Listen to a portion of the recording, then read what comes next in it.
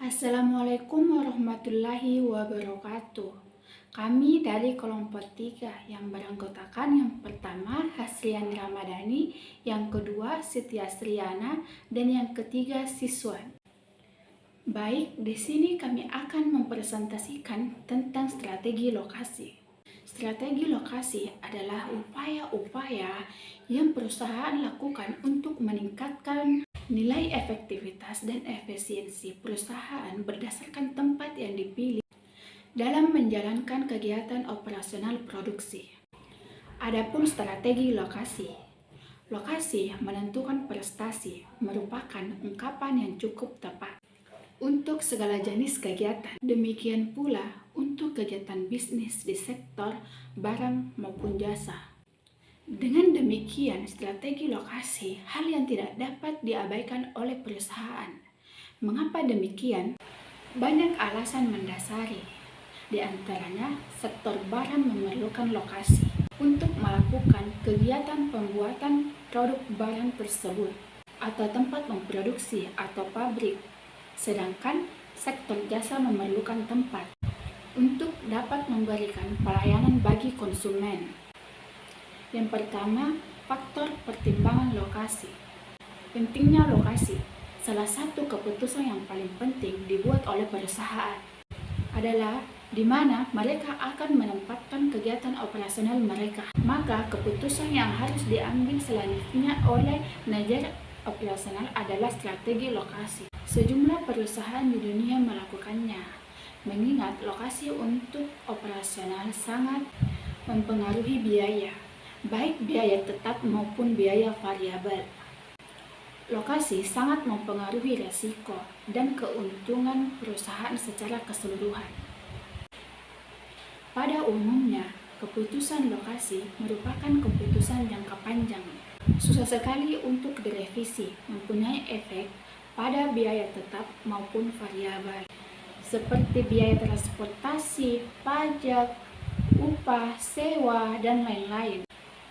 Dengan kata lain, tujuan strategi lokasi adalah maksimumkan manfaat lokasi bagi perusahaan. Faktor yang mempengaruhi lokasi. 1. Produktivitas tenaga kerja.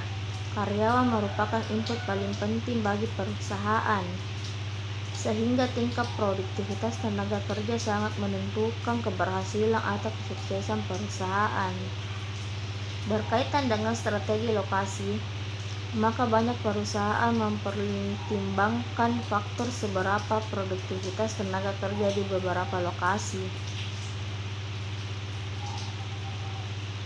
2. Nilai tukar dan risiko mata uang. Walaupun tingkat upah dan produktivitas tenaga kerja membuat sebuah negara terlihat ekonomis, tetapi nilai tukar mata uang yang tidak menguntungkan dapat menggelimer penghematan.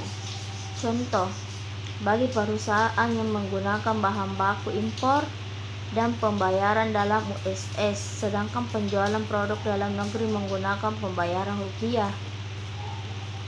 Melemahnya rupiah terhadap USS berdampak sangat buruk. Terbukti adanya Krismos, sebaliknya menguatnya rupiah terhadap USS menguntungkan pengguna bahan baku impor. Perusahaan dapat menghemat rupiah untuk membayar bahan baku. 3. Biaya. Biaya yang terkandung dalam lokasi ada dua macam, yaitu 1.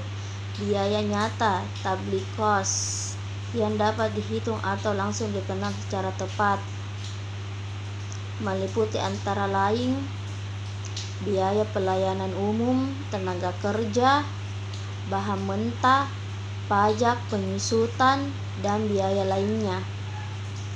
Biaya tidak nyata, intablik cost, lebih sulit ditentukan,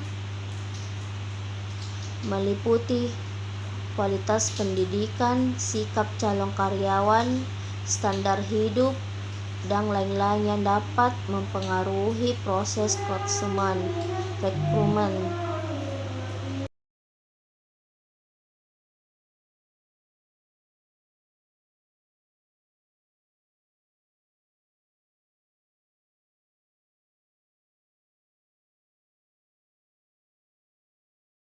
4.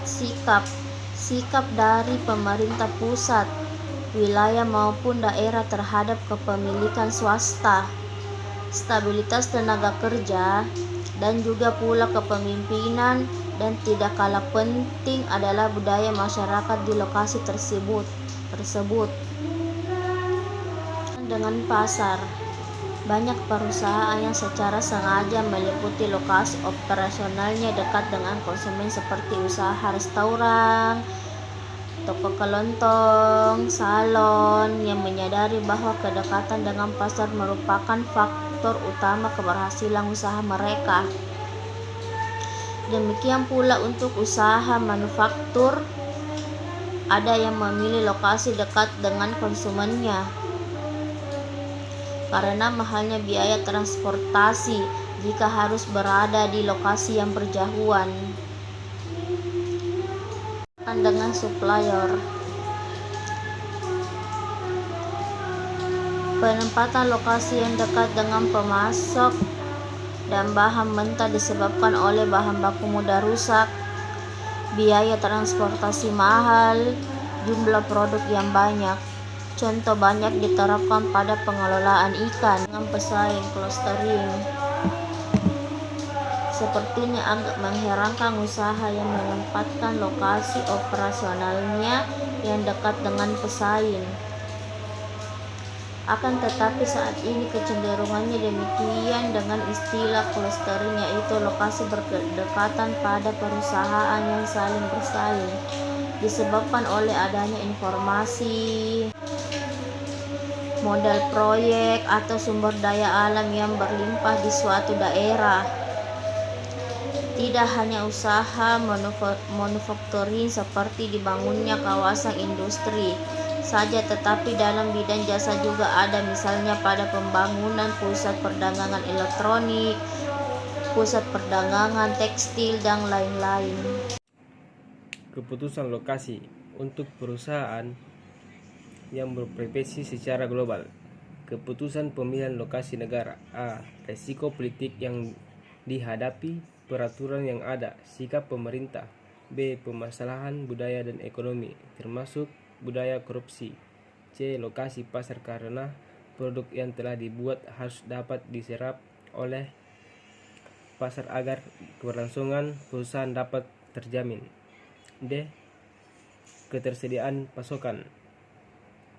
F. Risiko nilai tukar mata uang, karena mata uang dari suatu negara yang sangat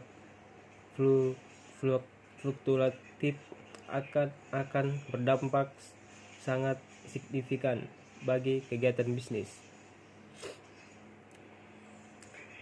Keputusan pemilihan lokasi daerah region, yaitu keinginan perusahaan, kedekatan dengan bahan baku dan konsumen, ketersediaan tenaga kerja, biaya tanah, dan pendirian bangunan.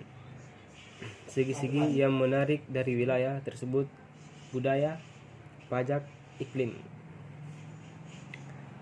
Keputusan lokasi untuk memilih tempat slip. 1. Ukuran dan biaya lokasi. 2. Pembatasan daerah. 3. Permasalahan dampak lingkungan. 4. Sistem transportasi udara, kereta, jalan bebas maupun jalur laut. 6. Kedekatan dengan pasokan yang dibutuhkan.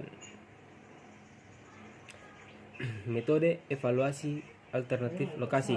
Faktor pemeringkatan lokasi adalah sebuah metode penentuan lokasi yang meningkatkan adanya objektivitas dalam proses mengenali biaya yang sulit untuk dievaluasi. Faktor yang dipertimbangkan baik dan kualitatif maupun kualitatif dianalisis. Metode ini bisa diterapkan untuk faktor-faktor yang secara umum digunakan untuk memilih lokasi, maupun faktor-faktor dipertimbangkan untuk memilih negara, wilayah bagi pemilihan lokasi untuk perusahaan global. Model transportasi merupakan sebuah teknik untuk menyelesaikan masalah sebagai bagian dari program linear. Tujuan modal transportasi adalah menetapkan pola pengiriman terbaik dari beberapa titik pemasok spoiler ke beberapa titik permintaan pabrik tujuan sedemikian rupa sehingga meminimalkan biaya produksi dan transportasi total. Model transportasi merupakan sebuah teknik untuk menyelesaikan masalah sebagai bagian dari program linear. Tujuan modal transportasi adalah menetapkan pola pengiriman terbaik dari beberapa titik pemasok spoiler ke beberapa titik permintaan pabrik tujuan sedemikian rupa sehingga meminimalkan biaya produksi dan transportasi total. Nah, itulah tadi presentasi dari kelompok kami. Mohon maaf apabila ada kesalahan kata. Saya ucapkan wassalamualaikum warahmatullahi wabarakatuh.